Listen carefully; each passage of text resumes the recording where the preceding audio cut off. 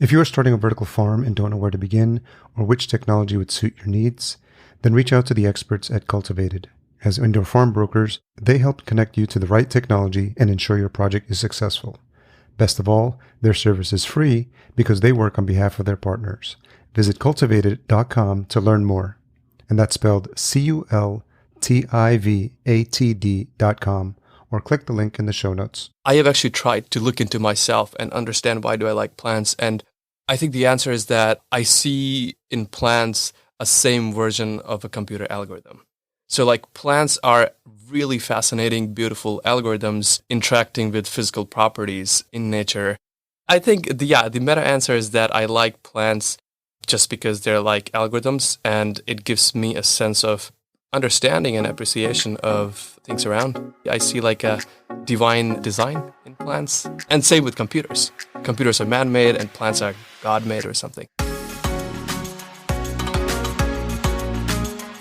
Welcome to the Vertical Farming Podcast. Weekly conversations with fascinating CEOs, founders, and agtech visionaries.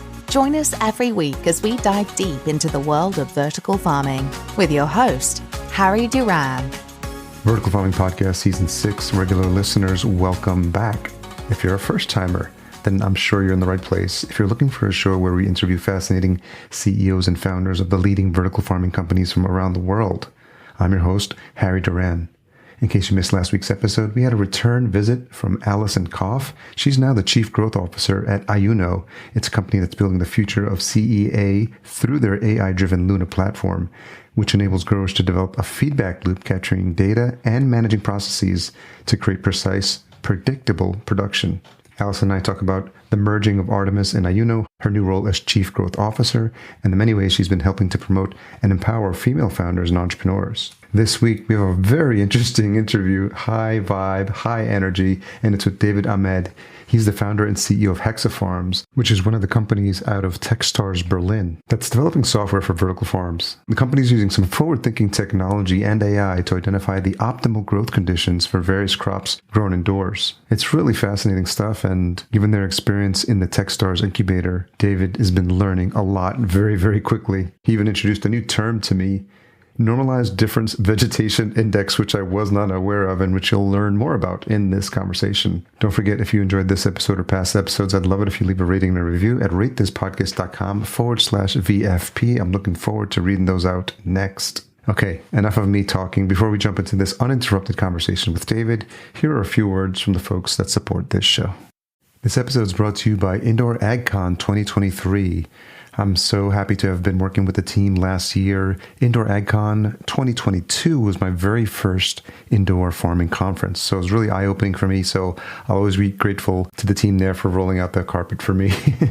And really had a good time meeting a lot of past guests and excited to join them again this year. Entering its 10th year in a row, it's the largest trade show and conference for vertical farming in CEA, and it's returning to Caesars Forum Conference Center in Las Vegas on February 27th and 28th of 2023. Once again, they'll be co-located with the National Growers Association show as well, which is a really good fit for them. The conference keeps growing, and this year it's doubled in size. The expo floor now has more than 170 booths filled with new product resources and solutions to explore.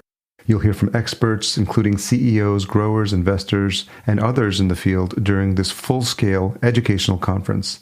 As always, you'll be able to connect with peers, grocers, and other potential new business partners at their great networking events. I haven't even gotten to the best part. The team at Indoor AgCon has given listeners of this show 20% off their full access conference pass. All you have to do is use promo code VFP, as in Vertical Farming Podcast, and sign up at indoor.ag. See you there.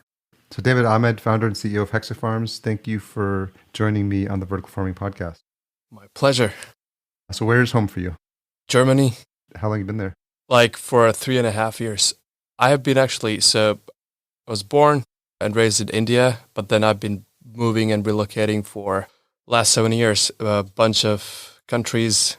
At one point, the US, I was also in Israel, and now it's Germany or Deutschland. I was just in UAE, so I was there for the Agra-Me conference in Dubai, first time ever. Yeah, that's crazy because actually, so the idea of Hexafarms, I was in New York, so Manhattan. So I was working with farmers in New York, in Manhattan City, like trying to get to connect farmers and the co-op gardens with people living in Manhattan so as to give them access to organic food supply. This was, I think, 2018, so connecting the co-ops with the farmers. And then I was at the farmers market in Union Square Park one day, because the best approach when building a startup is so-called the lean startup approach, right? So you just talk to people, validate the idea, find out your value proposition. So I was in Union Square Park and I was really talking to farmers, like a lot of them at those days.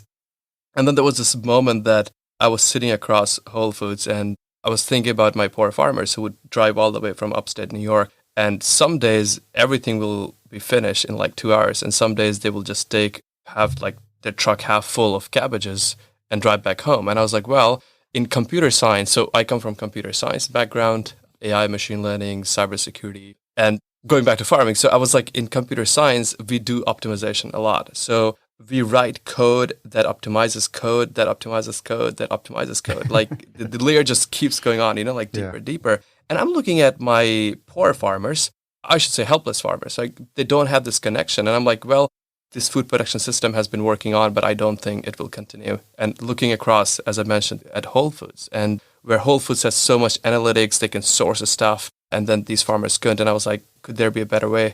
That was the point when I got into indoor farming. And I asked myself, I like to ask myself contrarian questions. So I asked myself the question that, what could be the most, can we change the fabric of food production, basically? And the most common answer, the idea for me was that the most important thing was that, well, could we grow food indoors? Could we grow food close to where we live? And yeah, basically that was like a black hole for me. I just went into it. Yeah, I know exactly where you were. You're in Tompkins Square Park. I grew up in New York. I grew up just outside in Yonkers. I live in Minneapolis now, but New York City is like my heart and my home. And I've lived in Upper East Side, East Village, Brooklyn. So I'm very familiar with that farmer's market that I think you're speaking about. By the way, so going back to the UAE, sorry, that's where the conversation started. And then I had to move to UAE. And in UAE, I was extremely, extremely inspired. And to this day, I am by the founder of UAE, Sheikh Zayed. And his vision was that food security was a very important thing for him. And I don't know, even now talking about it, I'm really getting goosebumps because my vision was that, can we make UAE food secure? And I did my math and it made sense. This was about 2018, 2019, that we don't need to import salads and herbs and vegetables from India, from Brazil. It's not sustainable when we can literally import 1/100th of the mass of fertilizer. We have energy in UAE and we can grow. And I started the first model of Hexafarms. The first production unit was made in my dorm room, actually. And I did my math, the calculation for electricity added, fertilizer and everything. That was the beginning. And now that's when I got into more, how can we commercialize and looking into the market? Because again, everyone, just being able to grow food indoors is not an achievement. What is an achievement is can you commercialize it? But now we're getting into a totally different point. This is the current USP of Hexafarms, which I'm working on. So let's rewind the clock back a little bit. You studied mathematics and computer science at NYU.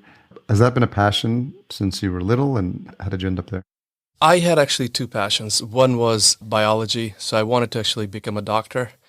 And around in freshman year of high school, I was always good with computers and I love computers to this day. And yeah, so I went to college. I gave up on medicine. I was like, well, I'm going to study computer science. But it was always my passion. Actually, when I was 14 or 16, I was already doing grafting, mixing two different varieties of rows, different fruits together. Where did that passion come from? Where did that curiosity come from? I think it was just, I would say it's the hacker mindset. In a good sense, not hacker as a cybersecurity way, but I don't know. It just came naturally. White hat. Sorry? White hat. Yeah, white hat. Maybe gray hat. I don't know. I have actually tried to look into myself and understand why do I like plants. And I think the answer is that I see in plants a same version of a computer algorithm. So plants are really fascinating, beautiful algorithms interacting with physical properties in nature. And that's why I also like the goal of Hexafarms is really that it's an algorithm. Plants are an algorithm. They deal with 13 macronutrients and other factors, temperature, humidity, CO2, maybe even sound, vibration, a bunch of things. But at the end of the day, they're vibrations, they're algorithms. And I'm like, well, we can optimize it. I think the meta answer is that I like plants just because they're like algorithms and it gives me a sense of understanding and appreciation of things around. I see like a divine design in plants. And same with computers. Computers are man-made and plants are God-made or something. Computers are man-made, but they're made from silicon too. So they actually come from, if you think about that, silicon chips. What was your family's reaction when you moved from medicine to computers? They were totally neutral. Yeah, I mean, I didn't pursue a career, right? So maybe one day I'll go back to medicine. I don't know. But I think I'm pretty decent with computers at this point. And it's also very lucrative for me to be in computer science, like from a capitalist perspective. But from my personal perspective, I do derive a lot of pleasure in like plant biology. And actually, that's the cool thing for me at Hexafarms. Like for the last 13 months, I've been working full time. There have been really rough times in a startup life. That's pretty common. But I can't recall a single day where I was not excited to work on this problem. And I feel really blessed about that because, as I said, it's like a combination of two things for me, computers and plants. I mean, sometimes you do get mad at your plants, like you're giving every single thing to them and they're not responding. And sometimes like you're doing some experiments and people come and they're like, oh, these plants look amazing. Or sometimes they're like, oh, these plants don't look good. And like, I don't know, it hurts my ego, but overall it's fun. Do you sing to your plant? Not really. But I do have actually dreams of like plants in a very normal sense, as in like interacting with plants and stuff like that. Yeah, I remember reading when I was, I don't know, this is grade school or high school or something, the experiments they would do where they would play classical music or they played like heavy metal music. It was just really aggressive music. And it seems natural to me, but like talk about vibrations from the music and just energy in and of itself, it would make sense that if it's soothing and the plants that had the classical music grew better. So I'm wondering, obviously there's applications for that and we can go down another rabbit hole of that as it relates to indoor farms. But that was something that I thought of when you said that. Yeah, I think it was rock that they like and classical as well. And so talk about how you started down this path, because obviously you talked about being in the farmer's market, you talked about what you're doing at Whole Foods. Were you aware of anything that was happening in the world of vertical farming, other companies that existed, or had you been doing some research? I was. Shout out to Square Roots in Brooklyn. So this was January 2019, I think, when I was just getting into indoor farming. The first thing a nerd would do is to buy books. So that's what I did and like bought some setup that I could grow plants. And I was living in sort of like a vacuum and I'm like, well, I am on to something. I can grow food indoors. And Dixon DePalmier, his book and his essay, extremely influential. And I'm like, I was also in academia and like someone has to take this mission, outside this world of academia. Little did I know that there were a lot of people working on it. Aerofarms was there. And as I mentioned, Square Roots. And I was online and I was checking in Square Roots. I think they had a meetup or something, or I just emailed them that, can I show up? And they were welcoming. And I went there and I saw stuff. I was taking notes of every single thing where they were probably not doing the best thing and most efficient thing, but they were extremely warm and welcoming in the cold winter. And I visited there. And as I mentioned, going back to UAE, before that also I was in UAE and UAE was like very close to my heart. And I'm like, well, I can really take this to UAE. And I started looking at the African continent. I still, to this day, I have a list of all the countries that I wanted to target with Hexafarms. Talk about innocent dreams. And yeah, and I was really thinking that I was looking at the economic complexity. So when you look at the African continent, some of the countries, their economic complexity is super low. So for example, they would have resources, but it is the Western nations or more developed nations that are complex, right? So Germany, for example, could make a chip, but silicon could be coming from somewhere else. I'm just making this up. But same thing was happening. Like for example, phosphates and stuff could be coming from Lebanon. And Lebanon might not actually have food or even fertilizer, which would be made somewhere else. And I was like, well, with the Hexafarms kind of idea, we could just grow it right there. So I checked indoor farms. Maybe this is not a right thing to say on a podcast, but I was not happy with the status quo. Like they're big giants in the field of indoor farming, and I don't want to name them. They have millions and millions in funding, and their results are not so promising. And as a founder who's starting out, like sometimes I have to suffer from it because I talk to investors and they'll be like, well, why aren't they doing it? Or vertical indoor farming is not going to work because literally there are 5-6 companies that have taken, combined 2-3 billions in VC money and they're not able to deliver the result. And I was like, it doesn't matter, I'm going to do it. So yeah, I looked at the status quo. I again checked it. And my first go-to source is actually reading literature and reading publications in the field.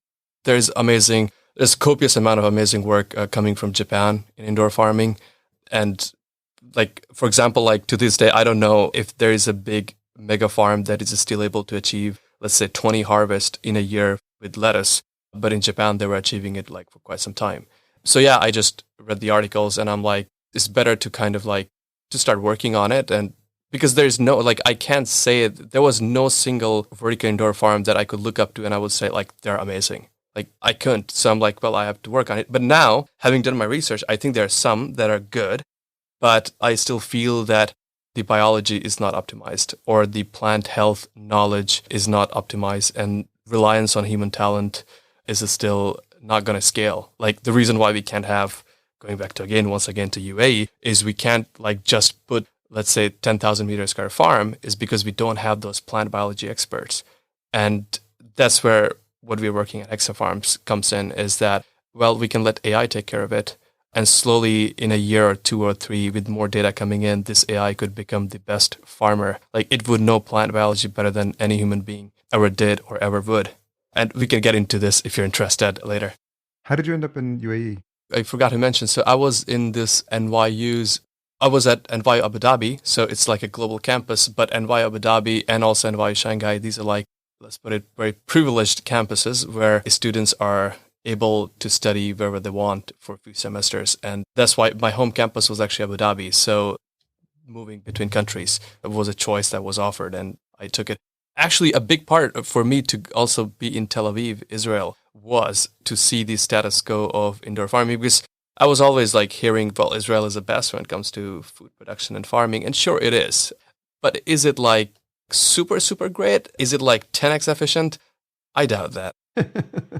What I notice as you talk about your journey into discovering the world of indoor farming is sort of this mentality of like, it's good, but it can be better. And also, I get the sense that you're the type of person that is always looking to optimize something where you feel like you can add value.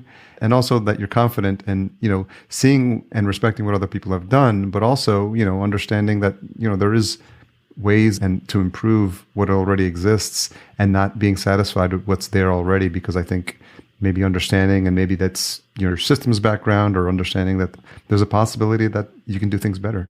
Absolutely. I mean, on our website, we say 40% cost reduction, and I mean it. Like, we have been running a farm, we have been doing experiments, and I'm not like, again, as I said, initially I was very innocent, I didn't know what other people were up to, and there's a lot of amazing work a lot of other people have done. But when I started doing our work, we set up a lab, and we really are trying to be as realistic as possible, measuring every single thing. Like, how many minutes am I spending on my seedlings? How many minutes am I spending on harvesting? How many times I had to go down in the lab and check his stuff? And when I look at the summary of top indoor farms and I compare it to ours, like that optimization level is there. So I do see that there is going to be a limit, but I'm still very, very optimistic that a crop like lettuce, not that expensive baby spinach salad or something, but like normal salad, like normal spinach, normal lettuce could be grown in indoor farms profitably within the hearts of metropolitans, where it's super expensive. I do feel that optimization can go up like to that level. I don't think indoor farming is fully optimized. It's like there is still room for 20 to 40%. So talk to me about the experience you had with Techstars. Techstars, I think it's fantastic, but I don't think fantastic is fair. Just fantastic won't do the job. So Techstars, so we started so as I said, the idea was with me for quite some time. And then I was in Germany. I was doing my master's in cybersecurity. I actually, with 2 other friends, we bootstrapped another startup. My goal was that it will make so much money that I'll sell my stock and, put it all in indoor farming. It wasn't that successful. It was okay-ish. And this is around 2019. And after that, I became a machine learning researcher. And in the fall of 2019, I joined a master's program in cybersecurity, where again, it was all about building a startup in cybersecurity in Germany. But for some reason, I was obsessed with food security. So I would talk to friends and we were working at edge of machine learning and AI, crazy stuff. Because the institute where I studied it's a little known place called CISPA in Germany. And apparently it's the #1 cybersecurity institute in the world. When you look at cybersecurity, it's better than MIT or Cornell or CMU. So yeah, and I was there and I used to talk about food security and how AI could be used. And I think 1 or 2 good friends of mine, they were either shut up or just do this stuff. And really, that was it. And I'm like, well, I need money. And they're like, in Germany, you can apply for grants. And I applied for a grant. This was last year. We got the grant. We started building stuff 13 months in, and that's how the startup has been. And then we were working on it, saw promising results, and then somehow someone from Techstars found us. And then that's where like it all began. And Techstars is like really brutal in the sense of like application process. So there were like 7,500 startups, and out of those, 13 were selected. And we are kind of like the odd ones, right? Because we're like, of course, I can always portray the image of like we're deep tech AI machine learning, but on the other hand, we're like farmers. They're like other startups in crypto and machine language generation and stuff like that. We joined, and I think in the last 2 months at Techstars, we have improved way more than we could have like without Techstars in a year or two. So I could give like concrete examples. Yeah, please do. Yeah, so we were initially, Techstars has this program called Mentor Madness, and you talk to about 40 mentors, and they are from different fields. They're investors, some of them are founders, some of them are just scientists, let's say. And you talk to them, and you have like 20 minutes with them, and you just move on to the next one. And like you do this for 5 days, and at the end of the day, like they do give you feedbacks, and there's just like general impression from their side, how good you are or how bad you are and what you should fix. And I was hearing this constant thing that, hey, you can't make a unicorn case with Hexafarms. And their reasoning was that you're building for vertical indoor farms, and that market is 8 billion euros. And you are just, let's say, if you improve like a fraction of it, 10%, that's about like 800 millions. But wait, you can't get all the markets, so you'll get maybe 10% of it, right? So you're fixing like 10% of 800 million, and then you're going to take your cut of 10% that. Like, it's not a unicorn case. And in my head, I'm like, how is that not a unicorn case? Because what we are fundamentally doing is we are like coming to the biggest industry of humankind, which is food production. And it's not just like 8 billions, it's going to be more. Like when the AI is smart enough, we can take it out to greenhouses, we can take it out to normal land-based agriculture. And just giving an example of Techstars and how it was productive was then we're like, well, then do it from the onset. Don't tell us this story that you're fixing for vertical indoor farms. Go do market validation, go talk to customers. And funny enough, our first customer is actually a greenhouse. It's a stealth project, I can't mention it, but they're like one of the best in Germany and also working with some indoor farms. But it's a greenhouse, and they're like, we actually see clearly the benefit of an AI and computer vision system here, especially if it's a software which tells us what to do and at what point, if it tells us when our plants are ready, when we should move, if it can somehow using the image tell the health of the plant, I think it's really helpful for us. And finally coming to the USP and like Techstars, for example, if it was not for Techstars, we wouldn't have come to this one-liner. And that one-liner is that we help control environment agriculture reduce their cost by up to 40%. But control environment agriculture is not just vertical indoor farming, it's also greenhouse, it's also hydroponic system, which is like single layer and stuff like that. So I think that was one of the benefits of Techstars, because at the end of the day, like we're a startup and we would need more and more money, and you have to follow certain rules. And I think we were not ready in that sense, and Techstars really helped us there. And so are you currently in the program, or have you since graduated? Yeah. In the program. And yeah, so we were in the program, and then they were like, well, go validate your market, go talk to customers. And we did. And we have actually pretty excellent customers lined up for using our product, testing our AI. How big is the team now? We actually only 3 people. Yeah. What's been the biggest growth that you've seen if you look at yourself as first-time CEO? Is that accurate? Yeah. Yeah. So building a company, taking this passion, taking all your experience, now with everything, obviously having Techstars as mentors is really invaluable, because you know what you've been able to learn and get help on in such a concentrated period of time. You know, people spend years, maybe even decades, you know, getting that experience, trying things, failing. And I think what's been helpful for you is having that rapid, you know, experience and sort of downloads from all those fantastic mentors that I'm sure you had access to. And so they're quickly making you realize, you know, how you create a business out of this that's sustainable. And so I'm just curious for you personally, like, where are you seeing the growth? It's probably been happening faster than normal, but like as a CEO and as someone who's starting a company for the first time. I think one great learning has been for me, I'm going to push back on that a bit where mentors come in. I think it's taking the right advice. Right? So like there are some people who have said grow cannabis, and because there's a lot of money and it's the same process. And I'm like, sure, it's the same software, but like the vision here is not just about cannabis. It's about all kind of plant biology. And so that advice was like, well, if you grow cannabis, you can raise VC money pretty quick. But there I'm like, maybe, but maybe not. It's not a fact. It's just your opinion. So I think one big lesson I learned was that I have to be original, and I really work on it, which is kind of like a bit contradictory to what I said, right? Listening to other people. But I think it's just like balancing bunch of things. I mean, it sounds very generic answer. Yeah, one great thing that has happened to me is really talking to customers. Is not living in my own bubble or in a vacuum. And at this point, I am talking to customers. As I said, it's like I had a call with someone in growing ornamental plants. So it's totally different space. Like flowers, for example, is a totally different space, or greenhouses. For quite some time, I was not open because I'm like, well, this AI is going to break if it goes outside of controlled vertical indoor farms, right? In vertical indoor farms right now, for example, at Hexafarms, we look at what is called the phenomics, like different factors that affect plant growth. We look at CO2, temperature, humidity, EC, pH, temperature in the air, in the water, oxygen diffusion. We can, at one point, we were even looking at different salt levels. In normal farms, greenhouses, I can't do it. But I think talking to customers, I realized that, well, not everyone has those things.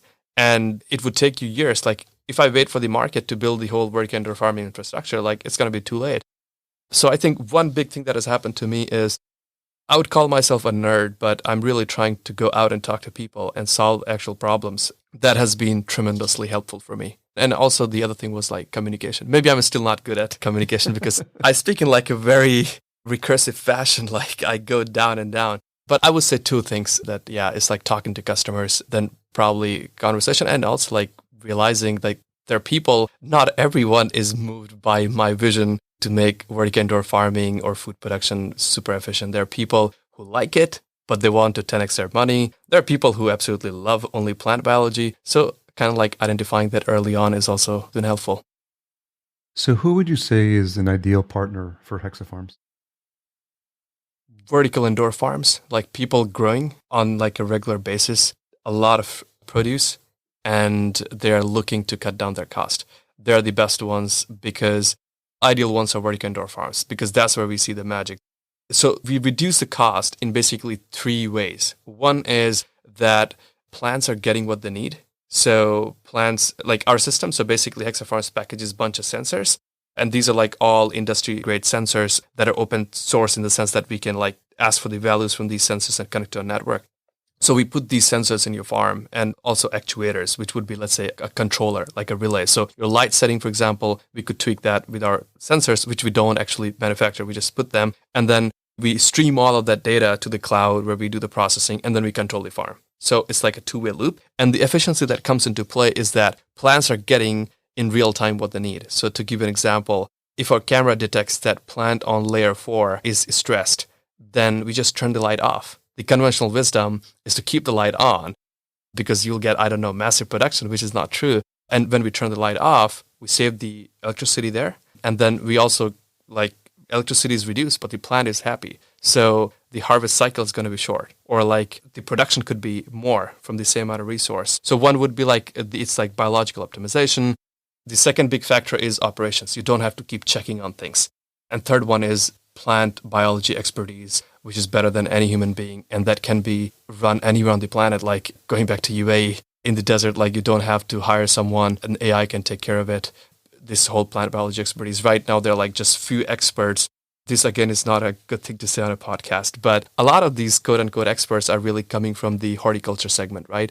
And they're not necessarily extremely aware of how food production happens at vertical indoor farming. So yeah, that's like how we drive value in our whole product. Coming back, this sense of like disrupting the norms. Is that something that a trait in you? Is that something you've always like been doing, like doing things a different way? Maybe. I'm actually, in terms of philosophy, and politics, I'm more conservative. But I do question the norms. I mean, come on, like take traditional farming, like tilling the ground. It's a conventional wisdom, but it's not necessarily true. Like if you go to India, literally at the end of the season, the whole swath of land is just going to be tilled. And they think it gives like air and airflow in the soil, but it's not true. Like you can also do farming in permaculture way without tilling the ground. So I think a lot of wisdom around us is just like someone else like us thought that before and they thought it was a good way. But yeah, that one has stopped me from questioning it. I mean, I don't want to question for the sake of questioning it, but places where I do know some bits about it, I would like to question it, and it's good. Like, yeah, because a healthy dose of it is good. Yeah, healthy dose of skepticism, like they say, because, obviously the people who have made differences in this world were the ones who went against the grain or what people typically thought was possible. And, you just need that first person. Here in the States, they've called it the Bannister breakthrough, because Roger Bannister was if you know the story, no one thought you could break the 4-minute mile, and he broke it. And then all of a sudden, everyone's breaking 4-minute miles. And you don't know what's possible until someone leads the way and just pushes, the limits of what people, traditionally think you can do. I mean, our whole field, vertical indoor farming is really so unconventional. And we're in the same spirit. And I think we should question more. Yeah, it sounds like you're going to be doing that as well. So how do you think about growing your team? Like, do you have inspiration for folks that have done that you can talk to? Or how do you think about that personally? Because I imagine as you grow Hexafarms, you're going to have to think about what are the right hires at the right time. Yeah, so our USP's more unique selling point is that the AI performance, right? So right now we are 3 people. One of us taking care of operations and sales. I would be taking care of, I do AI machine learning, and Hijo, my co-founder, he's also doing AI machine learning, more computer vision, robotic side. And I think the next hires would be people like AI and machine learning again. Because I and my third co-founder, Felix, I also like to be involved in talking to customers. So it's not just one person doing it, because I think it's very important for us as co-founders to know it, and also quote unquote CEO of a 3-person company. I should still be talking to customers, and I do that. So I think the next hire would be in the field of AI machine learning and or development, again, programming. We could definitely benefit from some marketing, because our marketing is crap. It's if you go to Hexafarms or anything, you don't find that crazy or cool stuff. When I see online different companies that I kind of know inside out, and their presentation is super solid. So I would say AI, machine learning, marketing. And I think if we make a good product, sales would work by itself. That's the hope. Word of mouth. Yeah. And if you drive value, people just like it. And our space is so homogenous. I realized it also vertical indoor farming and in general agriculture is so homogenous. If you drive value for someone, word of mouth is going to work in our favor. And this podcast. Yeah, absolutely. Absolutely. I'm so happy and grateful to be here. So, David, when you think about who this makes sense for, was there ever any thought of starting your own farm, or do you realize that the power in what you're providing is enhancing what existing farms are doing? We were at one point, our first proposal actually for that grant that I mentioned that we got from the German government, which helped us to build the whole stuff, was that we're going to grow our own stuff and we're going to sell it. We were wrong. Selling is difficult. And packaging, marketing, and while working on it, it's we realized it was difficult. So okay, let's work on what is our core thing. And that was AI part and intelligence part and control and monitoring. And then I started talking to people, and I realized actually even monitoring is not a pressing problem, right? So there are lots of companies that are providing solutions for monitoring, even automation. But one thing that I heard, which was universally true, even from quote unquote competitors or enemies, I don't think anyone is an enemy, but actually, no, sometimes I do talk to companies I don't want to name, and the amount of ego is just unbearable. It's I know them, their company from some other side, and then someone working on something else, and the way they would flex about their technology, and I'm gosh, this is too much. But anyhow, where was I? No, you were just thinking about, that you were originally going to start your own farm, and then you realized by having these conversations, yeah. Yeah, so now I'm hearing from people that it's actually that computer vision, AI part, the intelligence part, that is going to be the most important thing and the game changer. And that's what we are focusing on now. Because again, also coming to the reality of a startup, I would love to run a farm. I would love to put experiments. I'm also an amateur mycologist, just cloning mushrooms, growing mushrooms. It's also an obsession of mine. It's you could give me any mushroom, most likely I can clone it. And I do that. If I had to do as a hobby, of course, I would have a farm unit. We do actually have 2 farms. We have actually one farm that we deployed and is working 700 kilometers away from here, and I can control every single thing from here. in Berlin. It's fully remote. But I don't think moving forward, we are going to get into the hardware space or growing itself. I think there are tons of companies that are doing a pretty good job. Also, there are some companies that are not super nice to talk to, but there are also some big names that you talk to. They're super nice and super welcoming. And I think our potential would be mostly there. So there are like right now, if to name some big indoor farms like Plenty, Bowery, Infarm in Europe, and Aerofarms, is they do have a biology team working on it. But I think that is not democratic enough. Like if you were to start an indoor farm, you can't get that efficiency that they might have, which I'm not going to question here on the podcast. But I think if Hexafarms could have a team of X number of people working solely on developing an AI, which is plant brain, and everyone can access to it, I think that would be excellent and game changer. The democratic aspect, like anyone could really subscribe to a service, our pricing would be based on the amount of efficiency we drive for you, right? So if we let you save 100,000 euros, $100,000 a year, and we're like, hey, our like subscription would be 10K, I mean, you would gladly pay because you're getting 90K extra from the same operations. So yeah, I think that is also important for us. So that's why focusing purely on AI and software. Where are you seeing the most opportunities for growth? Are you bootstrapped? Are you looking for funding? What's top of mind for you right now? So we are pretty secure financially for another year, but I think now last 2 months have been crazy good in terms of like traction. And actually we are considering fundraising sooner than we had planned. Like right now, if I could fundraise and I can really put money to good use and scaling things up. One other thing is that I think in our field, now this is getting capitalistic, is that I think winner takes it all kind of thing, right? So if our AI is better, it is very unlikely that someone else can beat and vice versa. So if someone else does it, they could actually kind of do a pretty good job and take over. So that's why I'm also like, maybe actually we could fundraise sooner and just speed things up a bit. And also just in terms of like utility that we drive for the planet, like by having an AI trained and working sooner than later, I think it's better. Where are we in terms of like AI, specifically with the applications that you're using it for in vertical farming? Are we just literally at the starting line? Or are we, in terms of like possibilities? I'm curious from your perspective what that looks like. Initially, I used to shy from using the word AI because it's such a buzzword and machine learning. So right now for us, let's take one cultivar lettuce, Lactuca sativa. Our AI can, using normal camera, measure the 3D growth.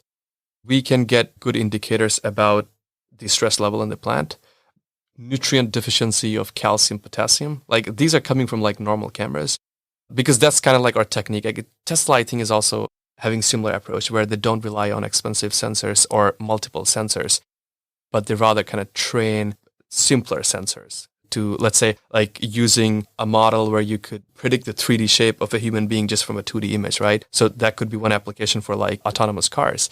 Not exactly like this, but it works in a similar fashion. So our AI is, again, the computer vision can do those things.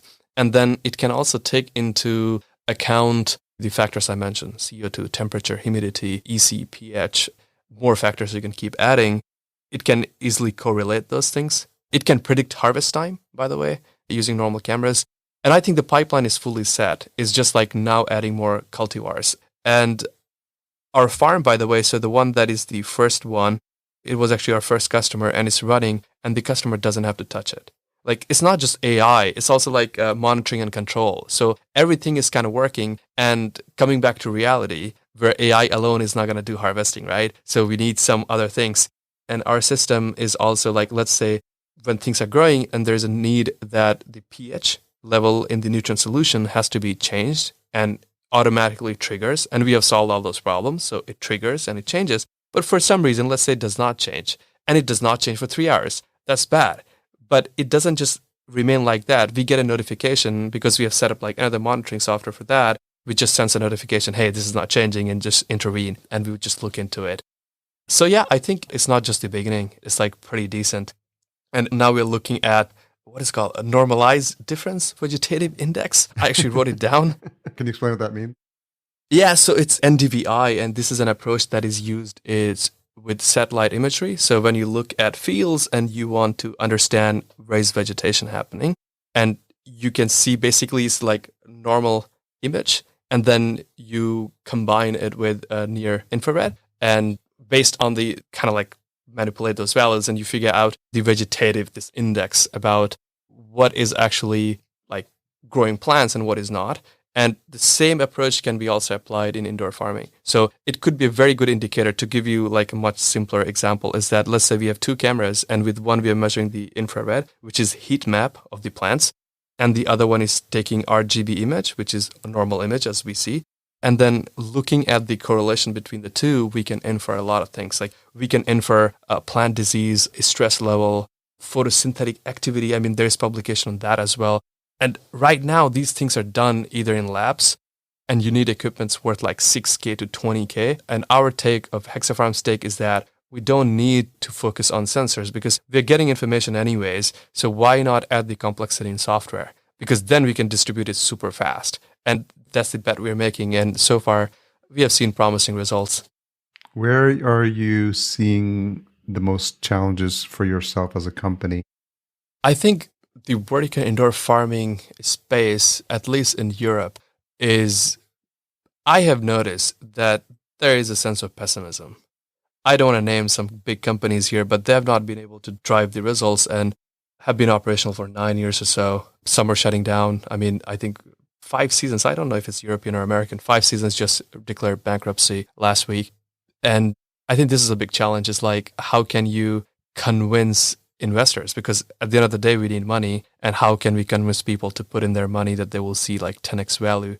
I mean, but this is an external factor. This really does not stop me and that's why I'm like even doubling down on taking the challenge of optimization. Like if I can prove to a supermarket, and this experiment we did, and responses were pretty good, is that, hey, if I can promise you that lettuce, one head of lettuce that you're getting for 35 cents from a far away field, what if we delivered the same lettuce to you?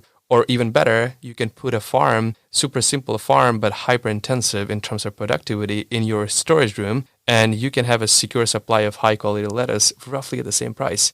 And then they're like, okay, makes sense. Like right now, lettuce, if you buy, first of all, no one is stupid enough to grow lettuce in Europe in vertical indoor farms. We know why, because it's not efficient. It's like unit economics is not making sense. So no one is doing it. But my goal is that if we can prove that, then even from like, economic perspective, it should make sense. And that's the challenge I would like us to solve. Yeah, so in general, the fear is from the market, but it's also not a big fear. I'm not scared at all. I can tell. I love the energy and the enthusiasm that you're bringing into this and the hope that you have for where this is going. I think we all see it. I think we all see the potential. And we all see this idea that what we've done up until now has gotten us to this point.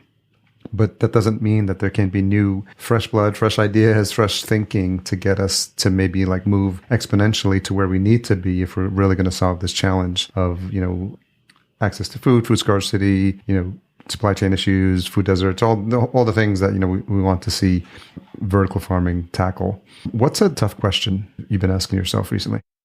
There are lots of them. Most of them are actually computer science questions. I have more tough questions in as I said, in computer science, kind of. It's AI, for example. I think that with AI, we're kind of stagnating, which is a bit controversial opinion to have when we were seeing GPT-3 and all. I think we could be doing much better. We could be doing, by much better, I mean, I think AI is still devoid of reasoning. So I think textual manipulation, taking a text and generating a summary, if you go back in our field, you would find actually old papers. Text generation was super simple, even like 50 years ago. Summary was a bit difficult. There was a paradigm shift, I think, in the 90s, late 90s, where deep learning came into play. And I think we're building just on top of that. I think we could do much better there. So my tough question that I have is that, can we go beyond AI? Can we go beyond the conventional model of AI? I think, in my opinion, for the last 2 decades, it has not changed much. Deep learning, a school of thought, is just deep learning. I mean, of course, we see tremendous results. So that is one tough question. What are the limits of AI? I think it's a tough question because we don't even have the language developed, right, to ask that question. What does it even mean to ask that question? Coming back to vertical indoor farming, what are my tough questions is, who will be the eventual growers? Is it going to be the mega farms, or are we going to see a new democratic world where people like you, people like me, would actually have an Uber version of farming? We will put some kit in our garages and connect it to supermarkets and just grow food. And the unit economics in that case would be, hey, I'm putting in like $500 worth of electricity and $50 worth of fertilizer. At the end of the day, I'm like growing, let's say, $2,000 worth of like produce, and the supermarket is connected to the same hub and is able to take it. So it's not a tough question, but it's just like thought experiment that I do with myself. On optimistic days, I have really beautiful pictures. On other days, I have really dystopic pictures. No, I mean, I think it's so exciting because there is a room here for everyone. And I think so far, the conversations, what I've had is that everyone knows, we may see companies that are doing very similar things in this space, but it really is an all hands on deck moment. It's like we need everyone to be addressing this problem because we're trying to feed whatever the number is, 9 billion people on this planet.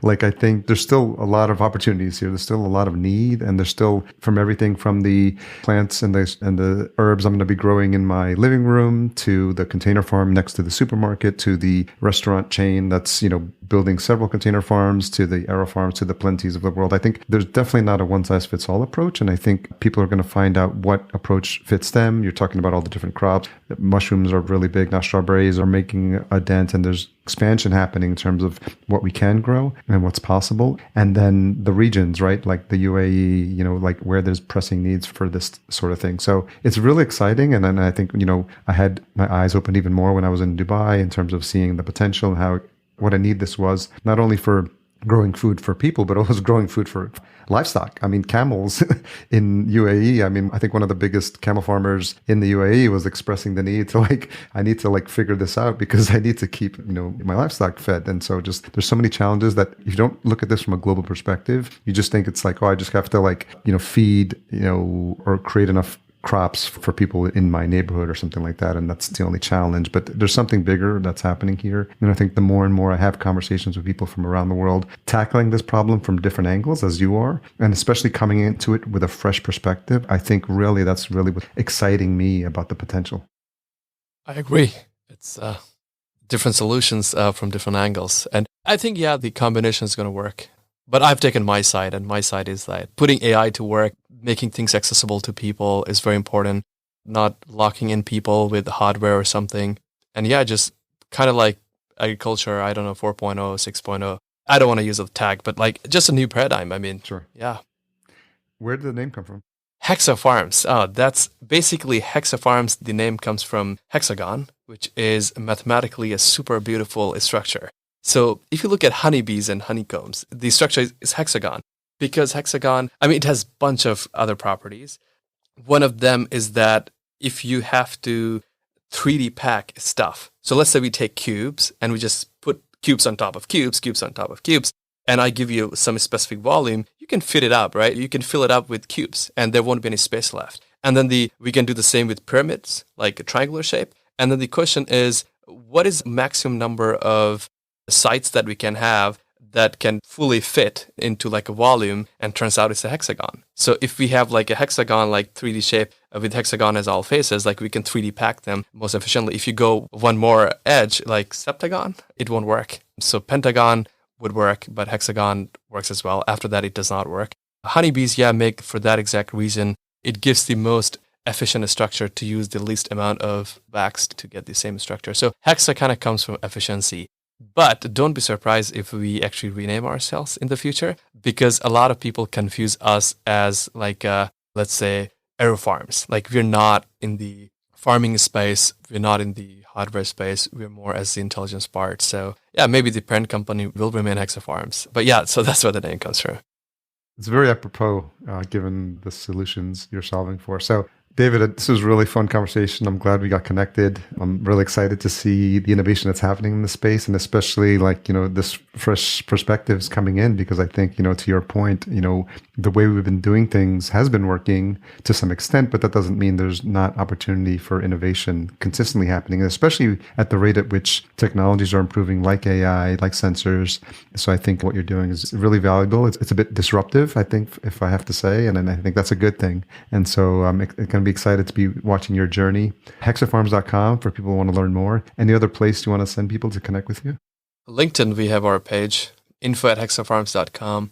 As I said, we're really terrible at marketing, and our social media presence is also not that awesome. But yeah, thank you so much for having me here. And my apologies, like the way I speak is just like, the thought stream is very complex, like the roots of a lettuce plant.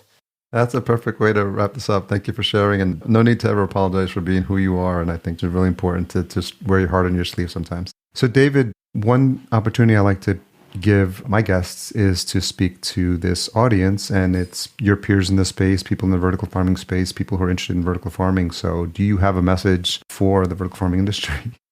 Yes, I do.